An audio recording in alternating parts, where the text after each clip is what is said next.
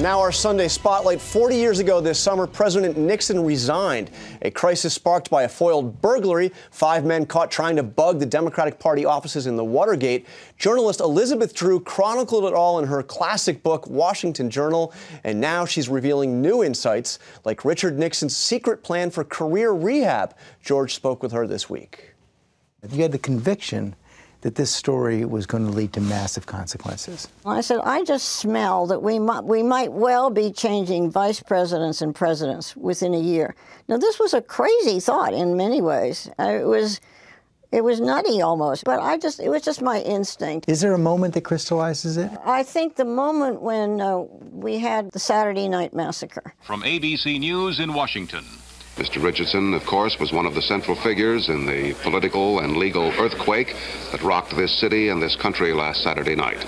When the president ordered a series of attorneys general to fire Archibald Cox, the special prosecutor, for insisting that the president turn over tapes of his conversations in the Oval Office, as the Supreme Court had ordered. We were getting these AP reports. Bulletin, Richardson declined to fire Cox and has been fired. Ruckelshaus, he's been fired. The FBI has moved in on the prosecutors' offices and sealed them off. We were in a banana republic. It was very scary. It really shook people. That's when the word impeachment started to get in the air. Now it's thrown around so loosely it makes me crazy. Even after that historic vote, the ayes appear to have it, and resignation, I shall resign the presidency effective at noon tomorrow. Nixon plotted a comeback. In the book's new afterword, Drew details Operation Wizard. He decided, they're not going to keep me down. I'm going to show them. And I'm going to be a respectable person again. He wanted to be a guru. And so he drew up a plan with his aides. And of course, everything has to have a code name. So this was code name Wizard.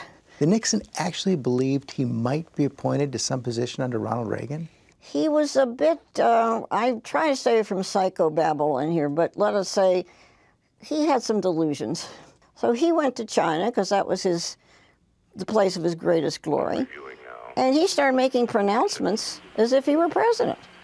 And the other thing he would do is he would come back and write a report, secret report for the president, and then leak it to the press so that it got in the papers. Nixon was never boring. I miss him. You know, he was a very interesting man. And what's the most important thing you think people can learn looking back at those events over 18 months, 40 years ago?